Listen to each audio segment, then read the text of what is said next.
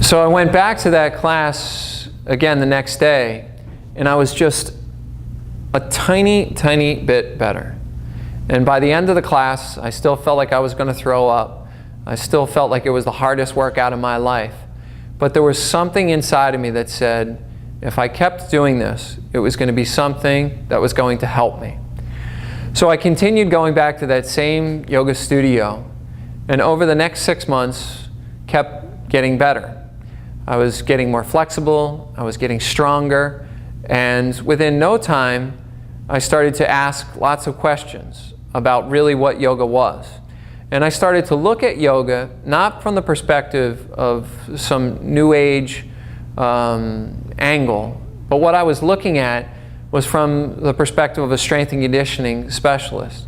I knew it wasn't stretching. I knew a lot of the motions involved a lot of isometric contractions, a lot of strengthening, but I wanted to learn more about it. So what I did was I set my gaze up to New York City, and I began going up to New York a couple times a month, going from yoga studio to yoga studio, trying to understand what this yoga thing really was.